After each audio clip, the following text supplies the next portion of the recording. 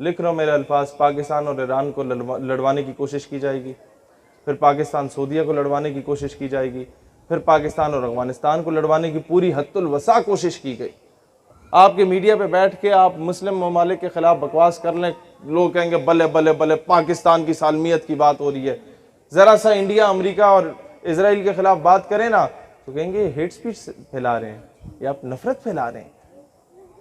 ये इस तरीके के यहूदियों की औलादें बैठी हुई हैं जो हमें आकर रोक रही होती हैं। ये जो गोरे चले गए ना, ये अपने गुलाम उन कालों को छोड़ गए हमारे ऊपर। पाकिस्तान के किसी इदारे की पॉलिसी से इख्तलाफ हो सकता है, किसी जर्नैल से इख्तलाफ हो सकता है, किसी वज़ीर से इख्तलाफ हो सकता है, किसी गवर्नर से इख्तलाफ हो सकता है, किसी वज़ीर आज़म से इख्तलाफ हो सकता है, सदर मुमलिकत से इख्तलाफ हो सकता है, वज़ीर आला से इख्तलाफ हो सकता है। उसका गिरबान पकड़ो, लेकिन पाकिस्तान धरती माँ है। पाकिस्तान तो हम सबका है, इसके लिए तो हम सब के बाप दादा ने कुर्बानियाँ दी। इसके लिए तो आप सब में से किसी न किसी का चाचा मामा ताया फौज का सिपाही होगा जो बेचारा बॉर्डर पे बैठा हुआ है ना। आप सबके खानदान में कोई ना कोई इस तरह का फौजी होगा, कोई पुलिस वाला होगा जो बेचारा वो कराची के ये इतनी सख्त गर्मी में लोग बेहोश हो रहे होते हैं और वो चौक चौराहे पे खड़े होके लोगों को राह दिखा रहा होगा, लोगों से आके बातें सुनाते होंगे, वो खामोशी से सुन लेता होगा कि चलो यार मैं कौम की खिदमत कर रहा हूँ। हम उसे ताने देते हैं कि तुम 20,000 के पीछे ये कर रहे हो। बंदा पूछे कि उल्लू के पठो 20,000 के पीछे कौन से याचीन पे जाता है। लिहाजा जो जवान हैं उन्हें सीनों से लगाओ। किसी जर्नैल की पॉलिसी से इख्तलाफ है, नाम लेके बोलो, पूरे इदारे को रगड़ाना लगाओ,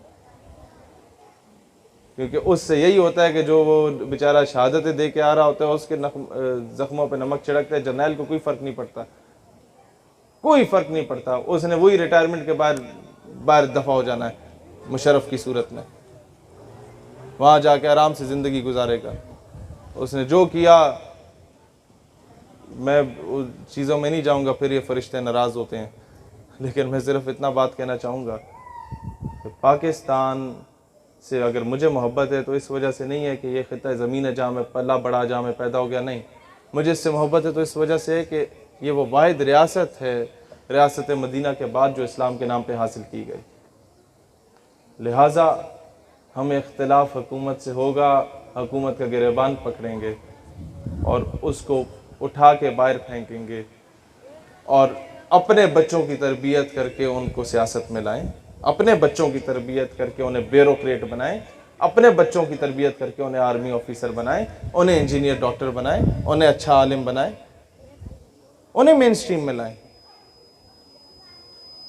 आप मुझे बताएं, बिल फर्ज खुदा ना खास्ता 2-3 हिस्से हो गया मुल्क, तो अंग्रेज़ों के कुत्ते नहलाने वाले तो हर सूबे पे काबिज बैठे हुए, फिर क्या करेंगे? ज़िलों को अलग करेंगे।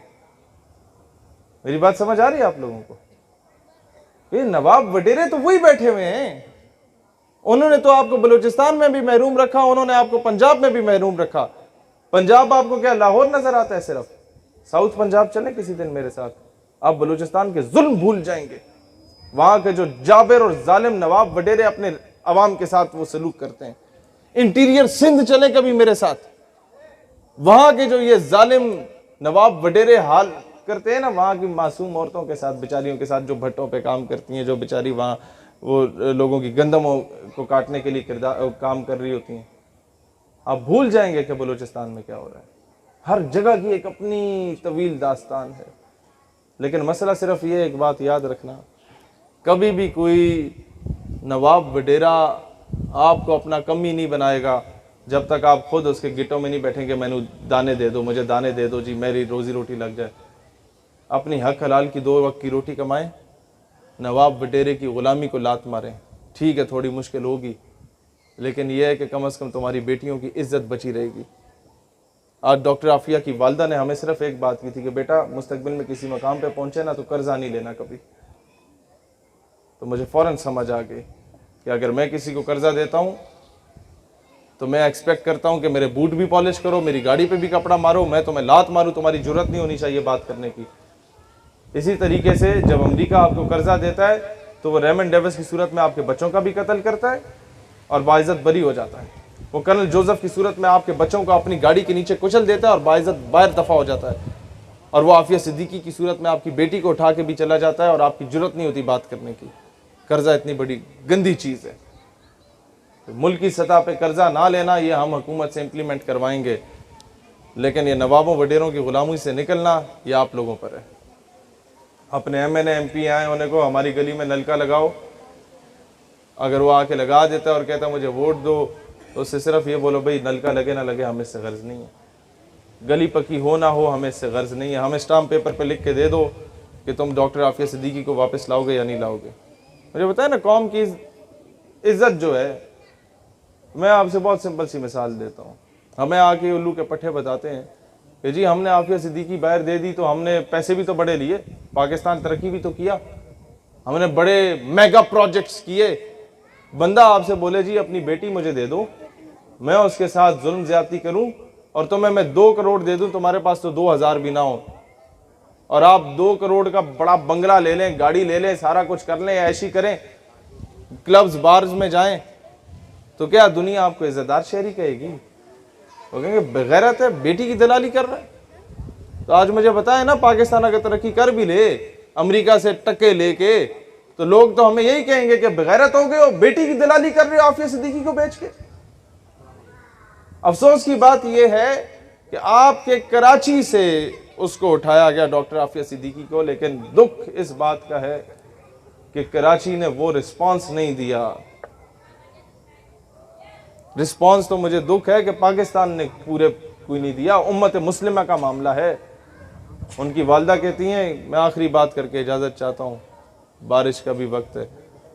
उनकी वालदा कहती हैं कि आफिया सिद्दीकी को रसूलुल्लाह अलैहि सलाम की ज़ियारत नसीब हुई तो वो रो पड़ी, या रसूलुल्लाह कब तक मेरा इम्तिहान लेंगे, कब तक मेरा इम्तिहान होगा? तो उन्होंने कहा बच्चे तुम्हारा इम्तिहान हो गया, तुम तो पास हो।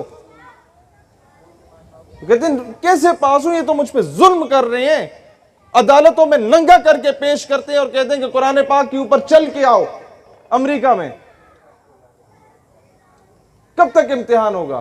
किसका इम्तिहान हो रहा है? अगर मेरा इम्तिहान में मैं पास हूं, तो रसूलुल्लाह अलैहिस्सलाम ने फरमाया कि उम्मत का इम्तिहान है, ये उम्मत जागेगी कि नहीं जागेगी। अगर ये उम्मत बेटियों पे नहीं जागती ना, तो फिर भूल जाओ कि कल हमारे घर में भी आके अमेरिका दस्तक देगा। ये जरा से पड़ोस में 4-5 किलोमीटर के फासले पे डॉक्टर आफिया सिद्दीकी का घर है, वहां तक दस्तक दे सकता है ना। हम कुछ भी नहीं, यहां भी दस्तक दे सकता है। आओ बेटियां पेश करो, क्या करोगे? बात वहीं पर आके खत्म होगी। हमीयत नाम था जिसका गई तैमूर के घर से, बात वहीं पर आके खत्म होगी कि बेच के हम कहेंगे मौलाना साहब दुआ कर दें कौम की बेटी वापस आ जाए। वजीर आजम भी दुआ कर रहा होगा, मैं भी दुआ कर रहा हूँ। बंदा कुर्सी है तुम्हारी, ये जनाजा तो नहीं है, कुछ कर नहीं सकते तो उतर क्यों नहीं जाते? अल्लाह वतन को जो मेरे लूट रहे हैं, ये कौम के गद्दार हैं, मर क्यों नहीं जाते? बंदा उनसे पूछे कि भाईजान अगर आप वजीर आजम हैं, ये तो वही बात हुई ना, बेच कर तलवारें खरीद लिए मुसल्ले हमने, बेटियां लुटती रहीं और हम दुआ करते रहे और कहते रहे कि जनाब वो अपने आप को बेहतर कर दो। या जाके हमें यही, ये जो दानियाल भाई बात बता रहे ना, मिर्ज़ा कादियानी का सबसे बड़ा एम एंड ऑब्जेक्टिव आगे ये था कि जिहाद की रूह को ख़त्म कर दो मुसलमानों के अंदर से, इन्हें बुज़दिल और बगैरत बना दो ताकि सल्तनत बरतानिया के खिलाफ ना उठे। 1857 की जंग आज़ादी के बाद मिर्ज़ा कादियानी को लॉन्च किया गया था, और उसी के पैरोकार जो कादियानी है या नहीं है, लेकिन उसके नजरिए पे चलने वाले, क्योंकि उसका नजरिया इम्पोज कर दिया गया हर जगह पे। लोग आ जाके, हम अगर आफिया सिद्दीकी साहिबा की बात करें ना कि उन्हें रिहाई दिलवाओ, लोग कहते हैं तुम्हारी दाढ़ी पूरी नहीं है, तुम जो हो बाशरा नहीं हो, तुम पहले खुद को बेहतर करो, अपना इखलाक बेहतर करो, फिर आफिया सिद्दीकी की बात करो। मैंने कहा भाईजान, आपकी बहन अगर कोई उठा के ले जाए तो पहले क्या 40 दिन तबलीगी दौरे पे जाएंगे, फिर जाके बहन को वापस लाएंगे? समझ रहे हैं इस बात को? लिहाजा हर बंदा, आप अगर आलिम हैं आप अपना रोल प्ले करें, आप अगर स्पोर्ट्समैन हैं आप अपना रोल प्ले करें, आप अगर लिखारी हैं अपना किरदार अदा करें, आप अगर किसी महकमे में आप अपना किरदार अदा करें, आउट ऑफ द वे जाके आपने अपना रोल प्ले करना हो, अपने मुल्क के लिए करें। जहाँ नज़र आ रहा हो कि कोई गद्दारी हो रही है तो खड़े हो जाए, नौकरियां ना बचाएं, कह देंगे जनाब हमारी बेल्ट ये हाजिर है, मुल्क की इज्जत को नहीं बेचेंगे, कह दें जी ये हमारे रैंक्स हाजिर हैं, बस मजीद कौम की बेटियां नहीं बेची।